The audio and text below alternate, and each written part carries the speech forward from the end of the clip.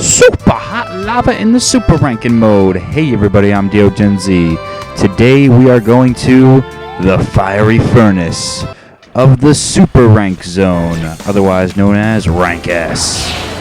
And it is more of the spamming 2 goodness while holding the Wiimote on its side that we've come to know and love with this walkthrough. Really guys, if you thought it was going to change by this episode, you are sadly mistaken.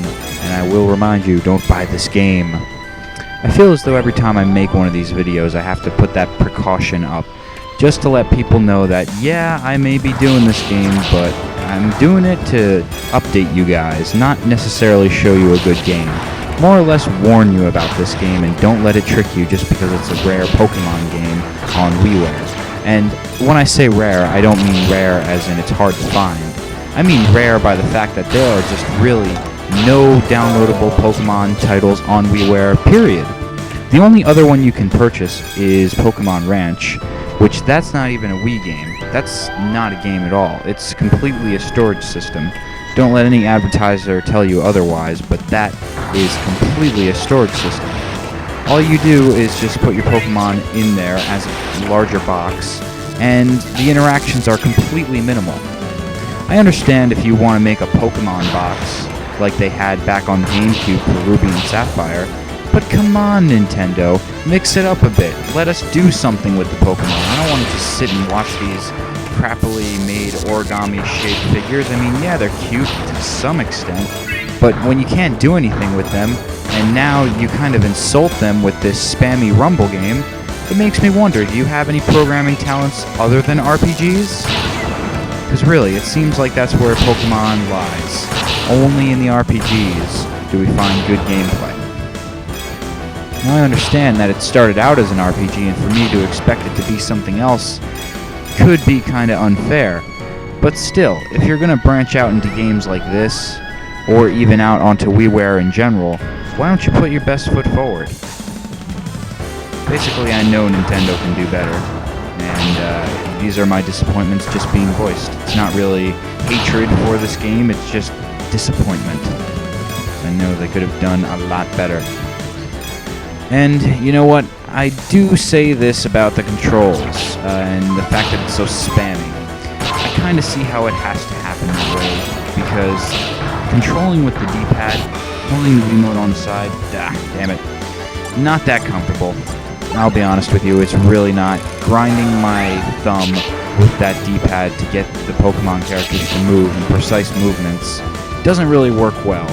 And you have very limited buttons when it comes to holding the Wiimote on its side. If you had the nunchuck, you'd have a bit more flexibility with that. Or even if you made people, guess what? Make people attach a virtual console controller, classic controller. So I really don't think any game's done that. I don't think there's any game that forces you to use a classic controller, but I think it would be a bold, hardcore move. Unfortunately, Nintendo is too far in with the shovelware, with its WiiWare system, that none of the hardcore fans are looking at Wii anymore. Everybody's looking at Wii Cafe, Project Wii 2, Wii HD, whatever the fuck it's going to be called. Maybe Wii Stream. Who the hell knows? But anyway, WiiWare seems to be dead. I really would like to see a revamping of it on the next Wii system. And I think it would be awesome, especially since now the controller, it's, some of the leaked, I'm not going to confirm anything, but some of the leaked photos out there that anybody can find on IGN or just Google alone show that this is going to be more of a kind of Dreamcast-esque system. And it's going to be looking like, at least, a lot more geared towards the hardcore. Not going to be so much focused on motion controls. And don't get me wrong, motion controls are good, but that has left a lot of shovelware open on Wii. Now, to be honest, if Nintendo left motion controls out, would they still have all this shovelware? I don't know. It's a very strange business move that they made with the Wii, deciding to have all this bullshit motion control games that are awful, like carnival games, and I can't even, like Target Terror, for example, that's one that comes to mind just because Ryan Church back in Nintendo Radio, he reviewed that one. But all these crap games just came to Wii, and that was Nintendo's big mistake right there, showing its hardcore audience that, look, we don't care, we're just going for money here. And while people like me, the even more hardcore of hardcore, or perhaps the more patient hardcore, are still here waiting for some good titles, it can be kind of lonesome. So that's why we rehash on silly games like this. But look at this, a not-so-silly character, Moltrace, coming in for the Fiery Furnace boss. I wish I was a little bit terrified, but I'm not, and I should be. This is a legendary bird we're talking about here. Looks like a very crappily rendered out computer model of the Pokemon. But anyway, let's go attack it. We should have no troubles with Raichu's electric abilities. Whoa, we do not get burnt. Wow. That was some hot shit. I'm gonna go ahead and step up with Charizard. Fire facing fire. Charizard's got some good thrashing abilities. Run! Okay. Smoke screen isn't going to do much of anything. I don't think we can make the boss miss that massive fire move.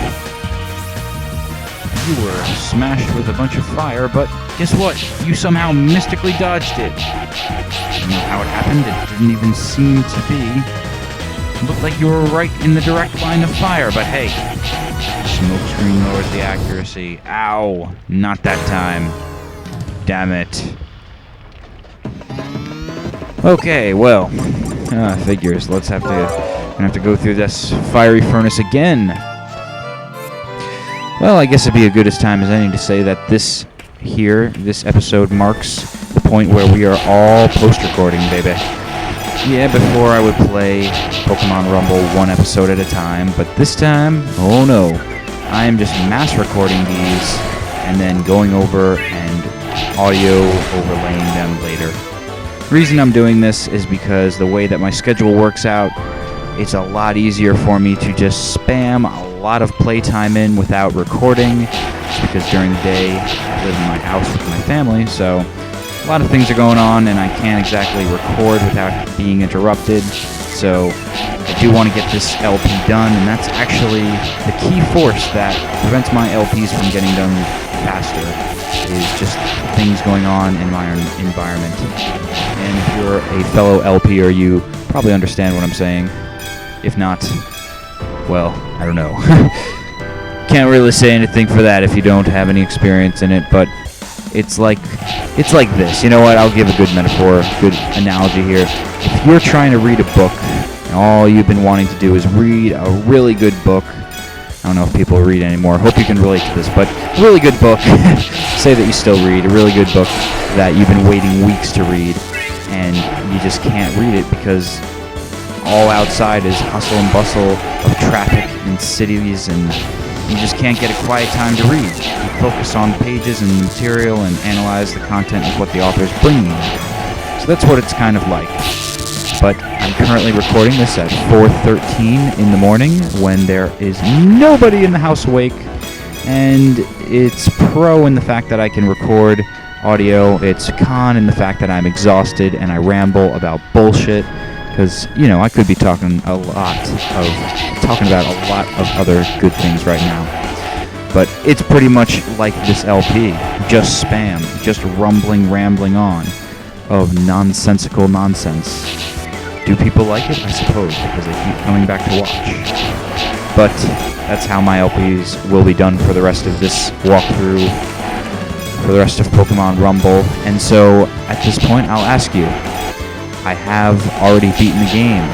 I'm probably going to call it a night after this because I've got things to do in a couple of hours that require me to get at least a nap in to conquer them. But I have already beaten Pokemon Rumble, the main game. There is a whole second part that involves the Sinnoh region, and I was wondering, do you guys here on YouTube still find this game interesting enough for me to continue on with the Let's Play? I understand if you don't, but I need to know. I will continue to ramble on about bullshit if that is what you guys want to hear, but if not, didn't say so. This looks like a much more powerful Charizard. This guy looks like he's gonna tear some hell. That other Charizard that we lost with, he was a pussy. It was not my lack of paying attention that did us in. Oh no. It was Charizard's inability to spam properly. See, there you go. That's some good spamming moves. You can tell you got a good spammer on your hands when all you need to do is keep pressing 2 and rotate your thumb on the D-pad. You don't even have to look at the screen. You just eventually will run into the trampoline that gets you to the next part of the level. Really, it's an amazing phenomenon when you have the right kind of spammer. Spam. But I'll tell you this, guys, if you're expecting a difficulty shift in the upcoming episodes, there are some. Not major. It's more or less me not focusing or paying attention on what I'm doing that does us in. As losing levels, like this one. But hey, you know, I think I'll keep those in. Why the hell not? I do have the 15-minute limit, so that's something to consider, but I guess you guys could comment on that too. Do you want to see the failed runs like we did on this episode, or do you want to just skip that and have a continuity gap? I was trying to sound it out. Continuity gap. Yeah, sleep's vital. And coffee. Coffee's good too, but I didn't have coffee. I went all on what I got, which is some delicious roasted potatoes, some salad. Yeah, that's just about it. And my moxie. And I don't mean the ability of crocodile. I would laugh if on Wii 2, Wii Cafe, Wii HD, they came out with a second edition of Pokemon Rumble, except it just used 5th gen Pokemon. Or no, it would have to be something alternating, because this uses only 1st gen, and then it goes on to the second half of the game. Same spammy goodness, just different 4th gen Sinnoh characters. So not much of a change, and that was hella quick. You get the right spam, and you, kablam, will win. Yep, so the upcoming episodes will feature some Sinnoh Pokemon, but it will be the same spammy action. So I would laugh if Nintendo had the cojones, or if they were even stupid enough, because I'm hoping this game didn't sell well. I don't know if it did, but I bought it. I was one of the gullible ones, but hey, at least I'm making a Let's Play of this, so I think I'm getting my money's worth. Showing you guys an interesting Pokemon game that's kind of a fail, but still in the Pokemon history. See you guys next time.